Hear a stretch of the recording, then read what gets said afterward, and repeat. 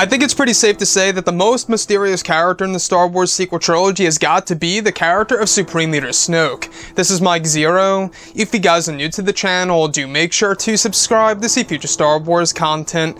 Now, I gotta say, one thing that J.J. Abrams and Chris Terrio are really working hard on right now is, of course, delivering the tons of twists and turns and surprises, as well as the revelations that will be making their way into the Episode 9 story, that will change our perception on both The Force Awakens and The Last Jedi.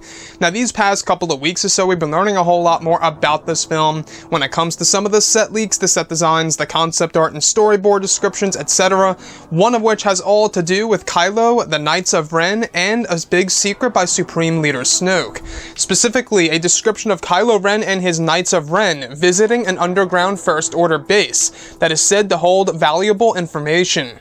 The next goes over Kylo and the Knights taking an elevator beneath the surface of the planet, visiting an abandoned First Order base that is said to hold additional archives of the Empire that Snoke kept from anybody but himself. It's said to hold much knowledge of Lord Vader as well as Emperor Palpatine, the previous two rulers of the galaxy before the Empire's fall on Jakku. The next goes over Kylo and his knights going through what appears to be servers of sorts that holds all the info they need in order for Snoke that actually kept a secret from the First Order and Kylo Ren for himself. It's said that this is where elements of Palpatine's story will come into play for Episode 9 and the secrets of the Empire that Snoke kept and planned to resurrect in the future. So I really want to go over a couple of parts about this that are really making me very excited about this movie, when how this film is really going to connect to the original trilogy and of course the new revelations and new details that we will be learning about Darth Vader and Emperor Palpatine in Episode 9. Now, we do know that JJ is a huge fan of the original trilogy. Specifically, he loves the villains of Darth Vader and Palpatine. So it's understandable as to why he would want to somehow incorporate those characters into this story. Now, first things first, Snoke kept the additional archives of the Empire, a complete secret from Kylo Ren, the First Order, the Knights of Ren, and anybody but himself.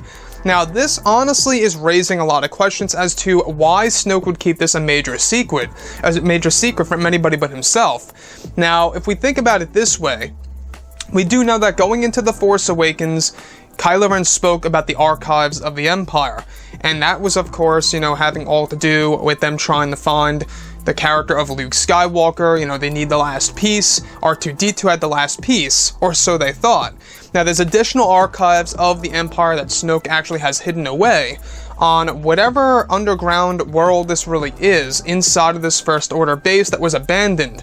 Now, I don't know if you guys knew this, but if you guys read a lot of the canon material related to The Last Jedi and The Force Awakens, you will learn that Snoke actually wanted to make the headquarters an actual starship, an actual supremacy ship, a Star Destroyer, if you will, rather than it residing on the planet, in order to make this movie connect to both the prequels and the originals.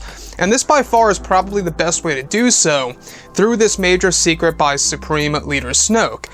So we do know that Snoke, in the additional archives of the Empire, there's more information about Darth Vader and of course Emperor Palpatine, and more revelations are going to come our way for those characters. And a lot of people are starting to wonder, exactly what does Snoke know about these two Sith Lords? Because they were indeed Sith Lords that ruled the galaxy many years ago, before the Empire's defeat on, of course, Jakku during the Battle of Jakku, which took place 1 year after the events of the Battle of Endor. Now, I have to say, everything about this is really intriguing me and getting me very excited about this movie, and this is probably one of the most unique ways that JJ could really find a way to connect this story to the original trilogy.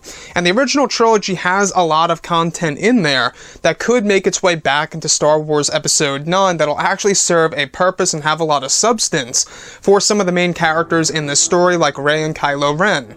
Now, as far as the Knights of Ren, going down the elevator with Kylo Ren into this underground First Order base that's abandoned, like I say, I think that this is eventually going to become the active First Order base that we've been hearing about for so very long now, which is also based underground. I don't know if you guys knew this, but Snoke actually totally declined on the headquarters of his army, the First Order, even residing on a planet. They experimented with it, and they threw that concept away.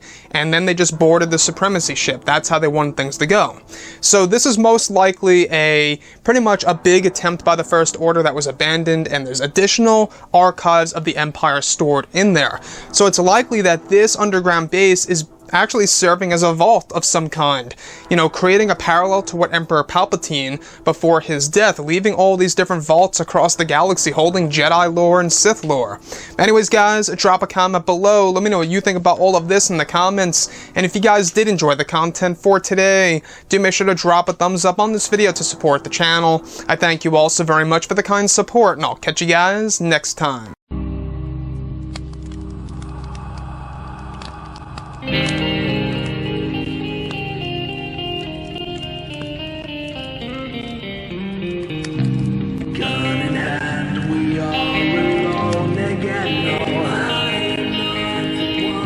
From night to moon, we hear them moans again.